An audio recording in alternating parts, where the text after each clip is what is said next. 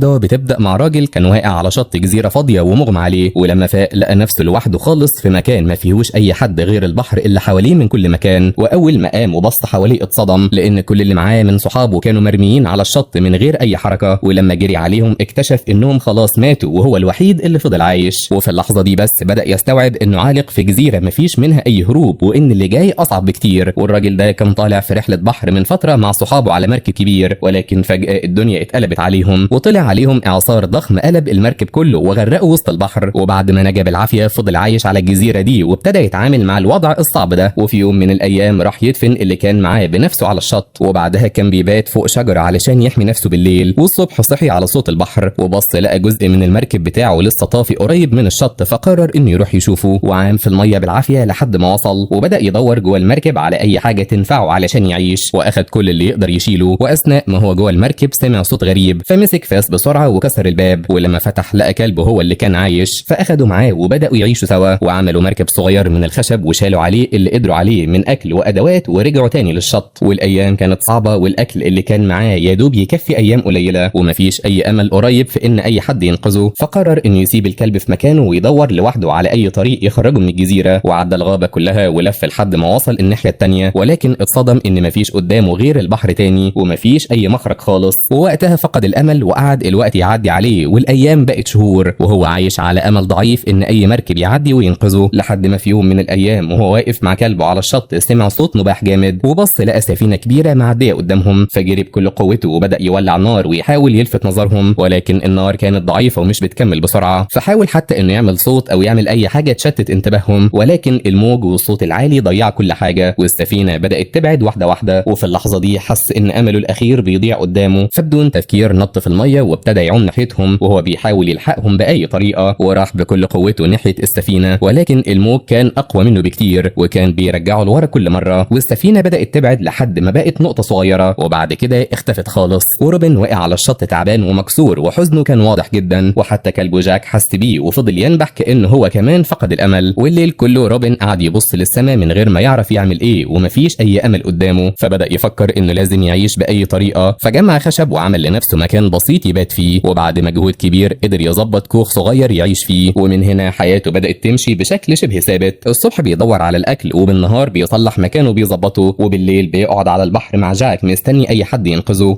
وعدت سنين كتير، حوالي 6 سنين وهو عايش على الوضع ده، وجاك كان دايما معاه وكأنه آخر حاجة مخليه مكمل. وبالليل كان دايما بيفتكر مراته وبيحس بندم كبير إنه ما سمعش كلامها من الأول. وفي يوم وهو ماشي على الشط مع جاك لاحظ آثار رجلين على الرملة، وفي الأول افتكروا إنه ممكن يكون أثره، بس لما ركز اتأكد إن في حد تاني موجود معاه، فشد سلاحه بسرعة وابتدى يمشي بحذر. وجاك كمان اتوتر وحس إن في خطر قريب. وبعد شوية لقوا كذا مركب خشب على الشط، وواضح ان حد كان هنا قريب جدا. وساعتها طبعا الخوف زاد اكتر، وسؤال واحد بقى في دماغه، يا ترى مين اللي موجود على الجزيره؟ وفضل يتقدم ناحيه الصوت بحذر شديد لحد ما استخبى ورا شجره كبيره. ولما بص قدامه اتصدم من اللي شافه، وكان في مجموعه ناس كبيره عاملين حاجه مرعبه، وفي ناس تانية مربوطين ومش قادرين يتحركوا. وساعتها فهم ان اللي قدامه حاجه خطيره جدا، وعلى طول جهز سلاحه بسرعه، وكان عارف انه لو اتكشف ممكن يموت، بس في نفس الوقت برضه مش قادر يسيب الناس دول. وفي لحظه قرر يتصرف وضرب طلقه اصابت واحد من اللي موجودين، وفي ثانيه الدنيا اتقلبت فوضى وصريخ وجري في كل مكان. وفي وسط الزحمه واحد من اللي مربوطين قدر يفك نفسه هرب وجري لحد ما وصل قدام روبن فجاه وكانه بيجري ناحيته. وروبن اتخض جدا اول ما شاف الراجل بيقرب منه، وحس انه لازم يهدي الموقف بسرعه. والراجل كان ماسك سلاح وقريب منه، ولكن بدل ما يهاجم نزل على ركبته بطريقه غريبه وكانه بيظهر له خضوع او احترام. وبعدين مسك رجل روبن ورفعها وحطها على كتفه وكأنه بيعامله كقائد او حد اعلى منه. وهنا روبن كان مصدوم ومش فاهم التصرف ده خالص. وفجأة الراجل اخد السلاح اللي وقع من روبن، بس واضح انه ما كانش عارف اساسا يستخدمه. وساعتها روبن فهم انه مش خطر وبدأ يحاول يطمنه بالاشارة، وحط له اكل بسيط كان معاه على حجر وكأنه بيقول له انا مش جاي اذيك خالص. الراجل في الاول كان خايف ومتوتر وكان بيبص له بكل حذر، بس لما حس ان روبن مش هيأذيه بدأ يقرب ناحية الاكل بكل بطء. وفجأة من وسط وسط الشجر طلعوا ناس تانية وهجموا على المكان، وروبن رد بسرعة وضرب واحد منهم، ولكن المفاجأة ان الراجل اللي كان قدامه بدل ما يهرب وقف في صفه وهاجم الناس دول وخلص على واحد منهم في ثانية واحدة. بعد كده الدنيا هديت بسرعة، ولكن اللي روبن شافه بعد كده خضه جدا. الراجل ده راح ناحية الجثة وبدأ ياكل منها، وساعتها روبن اتجمد في مكانه وفهم ان الراجل ده مش طبيعي وانه من قبيلة آكلين لحوم البشر. والراجل لما لاحظ ان روبن فهم الحقيقة اتوتر وخاف وهرب بسرعة، وروبن رجع على مكانه بسرعة وقرر يقفل على نفسه اكتر، وعمل حوالين بيته فخاخ كتير وحط اخشاب مدببة وجهز سلاحه كويس جدا، وقعد فترة طويلة عايش في حالة حذر وخوف مستمر. وعدت الشهور ومفيش اي هجوم حصل، فبدأ يفكر ان الخطر ممكن يكون بعيد او ان هو اللي لازم يروح بنفسه يشوف. وفعلا خرج مع كلبه جاك ودخل الغابة وهو واخد حذره، وفجأة وهو ماشي وقع في فخ واتعلق في الهواء وهو مقلوب ومش قادر يتحرك، وجاك خاف وجري وسابه لوحده، وروبن كان بيصرخ وبيحاول يفك نفسه. وفجأة ظهر الراجل ده من وسط الغابة وبصله بكل هدوء وقرب منه واخد السلاح اللي وقع منه، ولما مسكه ابتسم وكأنه شاف حاجة غالية جدا. وروبن كان لسه مقلوب في الفخ ده، بس في اللحظة دي فهم ان دي فرصته الوحيدة، وبسرعة طلع سكينة كانت معاه وقطع الحبل ووقع على الارض واخيرا اتفك. ومن غير ما يضيع ثانية رفع سلاحه ناحية الراجل اللي قدامه، والطلقة خرجت منه بسرعة وعدت من جنبه. وساعتها طبعا الراجل اتفاجئ جدا، بس فهم على طول ان السلاح ده خطر وممكن يموته في ثانية. وعلشان يثبت انه مش اقل منه مسك حجر ورماه بدقة غريبة جدا وضرب هدفه من اول مرة. وساعتها روبن اتأكد ان الراجل ده مش بس قوي، لا ده كمان ذكي ومخيف في نفس الوقت. والتوتر بين الاتنين بدأ يهدى شوية، وروبن قرر ياخده معاه لمكانه.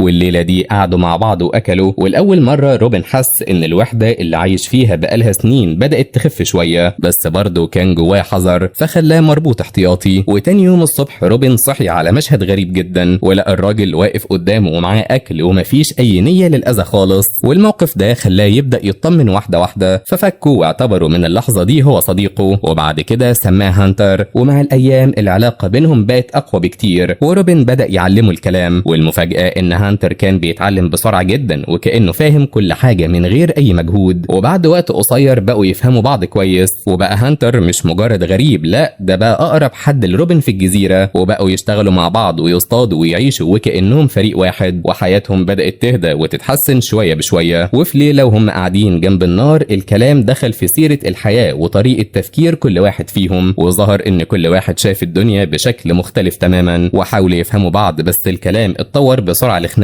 وفي لحظة غضب روبن قال كلمة جرحت هانتر جامد، فهانتر سكت فورا وقام ومشي من غير ما يرد عليه. ومن اليوم ده العلاقة بينهم اتكسرت، وبقوا عايشين على نفس الجزيرة بس كل واحد لوحده، ولو اتقابلوا يعدوا حتى من جنب بعض من غير ما يبصوا لبعض. ومع الوقت روبن بدأ يحس بندم كبير لأنه خسر أقرب حد ليه بسبب لحظة غضب، وبعد تفكير طويل قرر يروح يدور عليه ويصلح اللي اتكسر، ولقاه قاعد لوحده عند البحر. فقرب منه بكل هدوء واعتذر له بكل صراحة، وقال له انه غلطان وانه عايز يرجعوا زي الاول واحسن كمان. فهانتر سكت شوية وبعدها ابتسم وقبل الاعتذار، ومن اللحظة دي العلاقة بينهم رجعت اقوى من الاول، وبقوا يخرجوا سوا ويصطادوا ويتمشوا على الشط ويضحكوا وكأن مفيش اي حاجة حصلت. ولكن فجأة هانتر قال له سر كبير، سر قلب كل حاجة بعد كده. وهانتر كشف له الحقيقة وقال ان قبيلته مش هتسيبه في حاله، ولو عرفوا انه لسه عايش هيجوا يدوروا عليه لحد ما يلاقوه وياخدوا منه انتقامهم. وساعتها الاتنين فهموا ان الخطر لسه مخلصش، فبدأوا من بدري يجهزوا نفسهم، وقعدوا حوالي 4 شهور شغالين على كل حاجة ممكن تحميهم، فخاخ وحواجز وحاجات خطيرة حوالين المكان، لأنهم كانوا متوقعين إن اللي جاي أصعب بكتير. وفي يوم وهم قاعدين بكل هدوء فجأة سمعوا صوت مرعب جاي من ناحية البركان، فقاموا بسرعة واتشدوا وراحوا يبصوا ولقوا قبيلة هانتر نفسها رجعت تاني، وبدأوا يجهزوا طقوس تضحية الإنسان. ومن غير تفكير الاتنين ولعوا الفخاخ اللي عاملينها حوالين المكان، والنار بدأت تنتشر بسرعة ناحية الغابة. ولكن المشكلة الكبيرة إن جاك دخل في وسط النار فجأة وجري وراها، وروبن حاول ينادي عليه بكل قوته بس كان خلاص الوقت اتأخر. وفجأة حصل انفجار قوي وجاك اختفى للأبد، والمشهد ده كسر روبن من جوه، وده لأنه فقد أعز صديق ليه قدام عينيه، واضطر كمان يدفنه بإيده. وقعد وقت طويل مش قادر يستوعب إيه اللي حصل، وبعد كده رجع تاني للحزن. ولكن الموقف ما خلصش، لا الخطر لسه موجود. وهانتر قال إن لو القبيلة عرفت انه عايش هيرجعوا تاني ويدوروا عليه لحد ما يلاقوه. وساعتها روبن فكر في حل جديد، قال يمكن الحل انه يبني مركب كبير ويهرب من الجزيرة. بس الفكرة دي خلت هانتر يتوتر لانه افتكر ايام العبودية وحس ان روبن ممكن يكون عايز يستغله، وسوء الفهم بيرجع بينهم تاني واتفرقوا من جديد. وروبن رجع يشتغل لوحده وبدأ يبني المركب بإصرار يوم بعد يوم، وكأن ده أمل الوحيد في النجاة. وفي يوم وهو شغال هانتر رجع تاني فجأة، بس المرة دي كان هادي ومفيش أي غضب في وشه، بالعكس ده قال له إنه قرر يساعده ومش هيسيبه. والكلام ده خلى روبن يحس إن صداقتهم أقوى من أي سوء فهم، وهانتر حتى عمل له حاجة بسيطة بإيده واداها له كذكرى، ورجعوا تاني يقربوا من بعض. ولكن الفرحة دي ما كملتش،